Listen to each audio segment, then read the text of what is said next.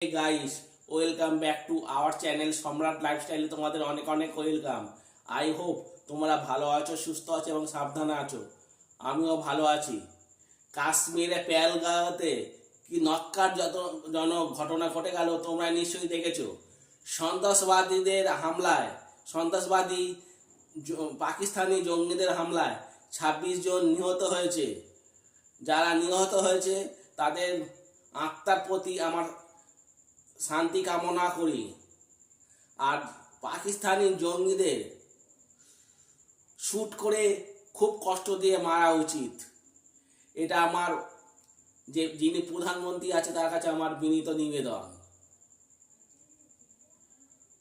আর এই নক্কারজনক যে ঘটনা সন্ত্রাসবাদীরা ঘটিয়েছে তা দেখে পশুরা পর্যন্ত লজ্জা মুখ ঢাকবে।